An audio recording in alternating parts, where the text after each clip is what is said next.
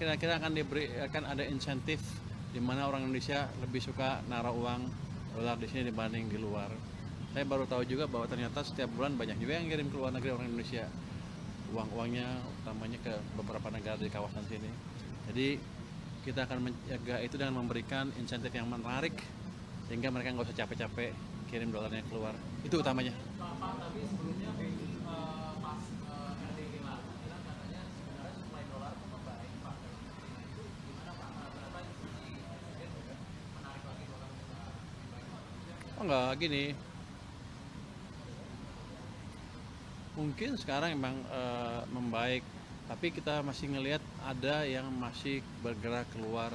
Kalau kita bisa jaga masuk ke sini, nggak keluar, cadangan devisa kita akan lebih besar lagi dan perbankan kita punya supply dolar lebih banyak lagi. Dan nanti proyek-proyek yang let's say hilirisasi kan biasanya perlunya dolar financing kan, dananya ada di sini dengan bunga yang cukup baik dan yang untung adalah perbankan dalam negeri sendiri. Jadi uangnya nggak kemana-mana. Itu kira-kira rencananya. Saya nggak tahu bisa ngomong apa ya. Kira-kira begitulah. Pak, masih soal PSBY Pak, ini kan BI Rate sama Fed kan turun dampak supaya yang masih terjadi. Itu dari Bapak sendiri melihatnya dampaknya ke yield SBY kita bakal masih menarik jadi Pak, kan di tahun depan saja porsi penerbitan SBY kan cukup besar Pak yang mendominasi pembiayaan. Menarik apa enggak tergantung gimana prospek pertumbuhan di sini. Jadi biasanya mereka masuk ke sini bukan hanya yield aja tapi juga mencari stabilitas. Walaupun yieldnya misalnya selisihnya lebih dikit dibanding di luar, tapi kalau betul-betul stabil dan ada potensi penguatan nilai tukar, kalau ekonominya bagus kan, ekonomi bagus, orang masuk ke sini nilai tukarnya akan membaik. Jadi ketika kita ciptakan prospek ekonomi yang bagus, asing akan cenderung masuk ke sini. Walau yield dalam rupiah term, dalam nominal term angkanya itu turun dibanding sebelumnya, tapi ada potensial gain yang lain dari tadi harga obligasinya sendiri meningkat ditambah apresiasi nilai tukar. Itu amat menarik. Jadi kalau stabil aja mereka suka, apalagi kalau ada ekspektasi rupiah menguat. Jadi Anda nggak usah takut. Selama kita bisa menciptakan prospek pertumbuhan ekonomi yang bagus, mereka akan masuk ke sini. Pak, defisit kan naik ya Pak yang 2026. Itu memang kenapa ya Pak alasannya? Karena belanja lebih tinggi. Tapi begini, itu kan ada aspirasi masyarakat yang Anda lihat kan daerah-daerah terpaksa menaikkan pajak PBB dan lain-lain yang amat tinggi sekali sehingga menimbulkan instability. Jadi dalam hal itu kita setuju untuk mengurangi keresahan masyarakat dengan memberi tambahan ke daerah supaya daerah punya cukup uang untuk membangun dan menjalankan programnya sehingga tadi kerentanan tadi bisa diredam sedikit. Jadi kita nggak ada gunanya menghemat uang kalau keributan di mana-mana dan kita nggak bisa ngebangun. Ini sepertinya rugi tapi sedikit nanti untungnya banyak ketika ekonominya stabil. Saya bukan orang baik, saya orang pelit.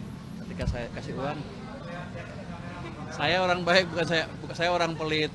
Jadi kalau saya ngeluarin uang, saya pengen return yang besar. Jadi pasti ada alasan yang kuat kenapa saya keluarin itu supaya nggak ada keributan di masyarakat, daerah bisa membangun dan pembangunan saya bisa bagus, yang lain-lain di tempat lain dan pajak saya lebih tinggi kan.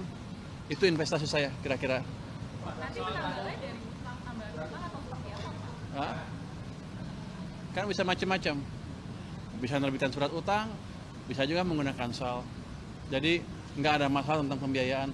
Apalagi kalau saya bilang tadi mereka atau semua tahu bahwa prospek ekonomi kita bagus, mereka akan berebut belanja beli surat utang pemerintah Indonesia. Jadi Anda nggak usah takut. Anda mau beli juga? Pak, soal subsidi tadi Pak, Bapak kan pas masuk tadi nyebut mau mengurangi subsidi dengan cari power plant yang lebih murah. Ini maksudnya subsidi listrik ya Pak? Waktu di Hambalang kemarin ada diskusi tentang program pengurangan subsidi listrik utamanya dengan waktu itu sih dibicarakan tentang penggunaan PLTS Surya ya. Tapi kita lihat masih agak sedikit terlalu tinggi harganya. Nanti sedang dicarikan teknologi yang baru maupun effort supaya harga harga produksinya itu mendekati harga yang murah sekarang atau subsidi yang mengecil atau betul-betul hilang gara-gara itu. Jadi sedang dicari teknologi PLTS yang bagus dan nggak tutup kemungkinan juga memakai sumber-sumber energi baru terbarukan yang lebih murah dibanding yang ada sekarang. Jadi sedang dicari yang ada di tangan PLTS Surya, tapi masih dihitung peningkatan efisiensinya. Nanti bisa dipastikan subsidi berkurang nanti, tapi listrik untuk masyarakat tetap nggak naik juga. Tujuannya kan itu. Kalau ya subsidi berkurang bukan dinaikin harganya, dicari sumber penghasil listrik yang cost-nya murah. Jadi bukan pasti mancing ya. Anda mau mancing tuh pemerintah naikin harga, nggak begitu. Ini namanya usaha. Jahil amat. Ini buat teman jahil nih. Dari mana? Gimana?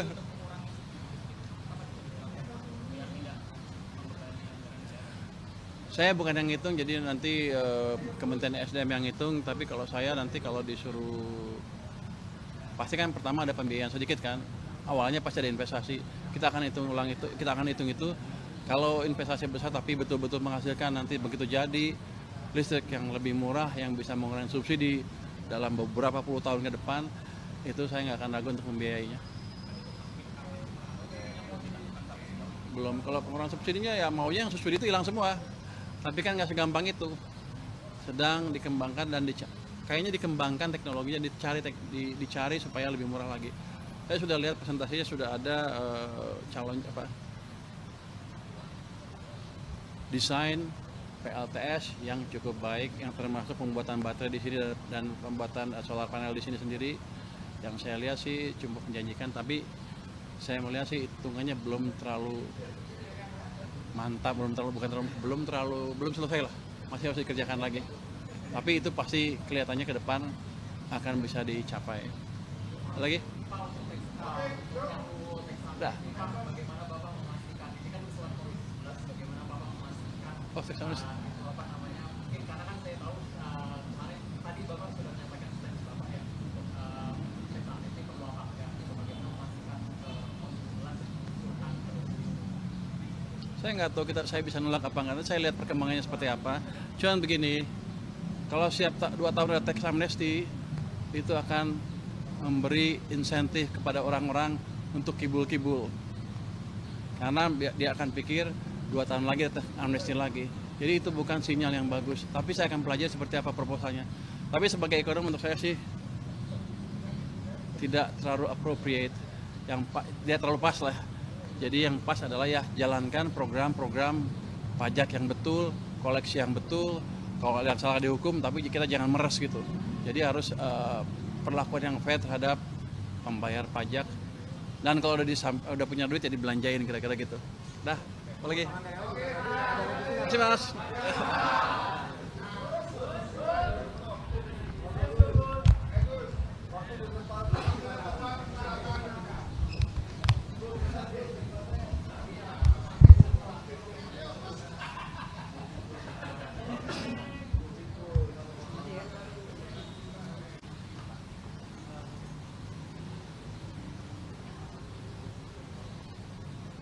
Ya teman-teman sekalian, malam ini saya alhamdulillah tadi bersama dengan Pak Menkyu menghadap Presiden yang didampingi oleh Mensesnek dan Pak Seskap untuk melaporkan program prioritas Bapak Presiden khususnya yang melalui Kementerian Sosial. Yang pertama tentang pemutakhiran DTSEN, yang kedua soal sekolah rakyat, dan yang ketiga yang khusus kami laporkan malam ini soal bansos tepat sasaran. Sebagaimana yang diketahui, langkah strategis yang dilakukan oleh Bapak Presiden menuju bansos tepat sasaran adalah dengan menerbitkan Inpres nomor 4 tahun 2025. Inpres ini menyangkut DTSEN, data tunggal sosial dan ekonomi nasional, yang dikelola oleh BPS. Jadi seluruh data sekarang yang mengelola adalah BPS. Dulu Kementerian Sosial punya data sendiri namanya DTKS, sekarang itu sudah tidak berlaku lagi dan yang berlaku adalah DTSEN. Dengan adanya data tunggal sosial ekonomi nasional ini tentu ada dinamika dalam penyaluran bansos. Ya, dalam penyaluran bansos. Kenapa? Karena di dalam DTSEN ini sudah dilakukan perankingan mulai dari desil 1 sampai desil 10. Maka itu kemudian kita berusaha untuk melakukan beberapa hal kaitannya dengan DTSEN yang sudah dilakukan verifikasi dan validasi termasuk perankingan oleh BPS. Yang pertama yang kami lakukan adalah melakukan ground check terhadap 12.000 keluarga penerima manfaat. 12 juta keluarga penerima manfaat. Dari hasil ground check yang dilakukan oleh Kementerian Sosial lewat pendamping-pendamping yang kami miliki dengan sumber daya yang dimiliki oleh BPS, ditemukan 1,9 juta yang dinyatakan tidak memenuhi syarat lagi untuk menerima bansos. Dan untuk itu kita alihkan kepada mereka yang lebih berhak. Yang kedua, untuk mengetahui profil rekening penerima bansos, kami atas izin Presiden melangkah dan bekerja sama dengan PPATK. Di sanalah kita menemukan lebih dari 600.000 ya penerima bansos yang terindikasi main judol. Juga ada penerima bansos yang mengaku saat membuat rekening itu sebagai anggota DPRD, anggota anggota DPR, anggota TNI, anggota Polri. Ada juga yang mengaku ya, ini belum tentu benar, sekali lagi, yang mengaku sebagai dokter, pegawai BUMN dan lain sebagainya. Tentu kita lakukan penelusuran khusus yang ditengarai ikut terlibat dalam permainan judol, kita lakukan pendalaman. Dan memang kita menemukan hal yang bisa dikatakan ini mengejutkan kita semua lah. Mungkin karena juga mereka benar-benar main judol maupun juga mungkin saja dimanfaatkan oleh orang lain. Maka itu kita melakukan usaha untuk melakukan ground check ya. Nanti hasilnya akan kita lihat pada triwulan keempat. Untuk sementara ini tentu bagi yang memang sudah kita ketahui benar-benar bermain judol tidak akan bisa menerima bansos lagi. Kecuali memang bagi mereka yang sangat-sangat membutuhkan. Itu pun harus melakukan reaktivasi, harus melakukan daftar ulang lewat desa, kelurahan, atau lewat aplikasi yang sudah kami siapkan bekerja sama dengan dinsos setempat. Jadi ini perlu saya sampaikan, jadi bagi memang mereka yang masuk di dalam desil 1, desil 2, tentu masih ada kesempatan untuk memperoleh bansos kembali dengan cara melakukan reaktivasi sebagai penerima bansos. Sementara terhadap profesi-profesi tadi sekarang sudah kita lakukan dan insya Allah juga tidak akan bisa menerima bansos lagi. Nah, alhamdulillah malam ini juga kami sudah mendapatkan arahan dari Presiden ya bersama dengan Kementerian Keuangan untuk dilakukan koordinasi lebih lanjut tentang bansos-bansos yang menjadi bagian dari tugas dan fungsi Kementerian Sosial. Prinsipnya tidak ada bansos yang dikurangi. Bahkan dalam kesempatan-kesempatan tertentu Presiden menambah bansos itu. Yang diutamakan tentu adalah mereka yang benar-benar berhak. Itu saya kira.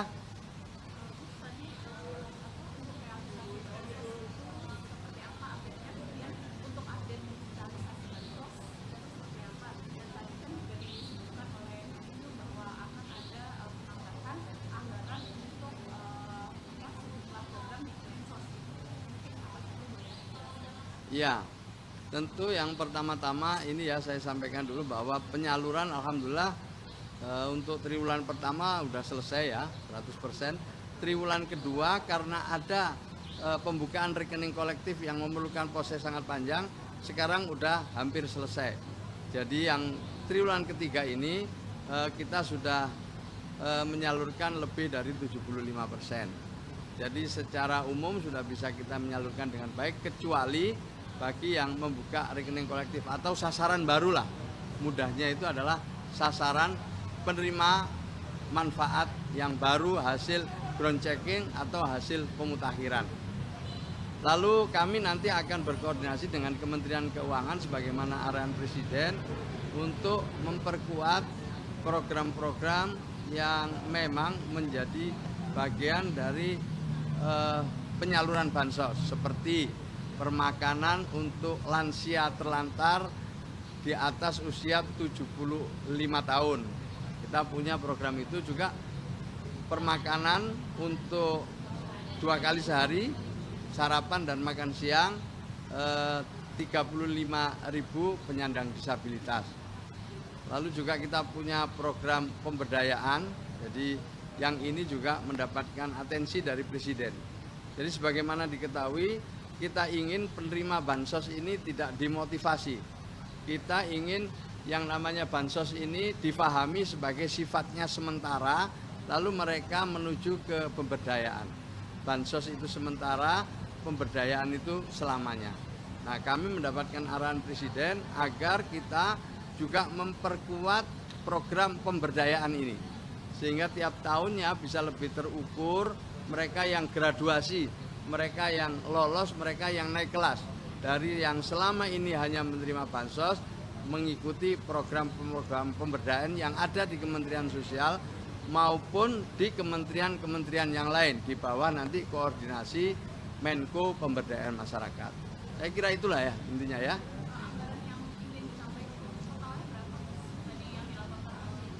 Ya, kita belum sampai angka ya, tapi kami mohon arahan dan kami diminta koordinasi dengan Kementerian Keuangan.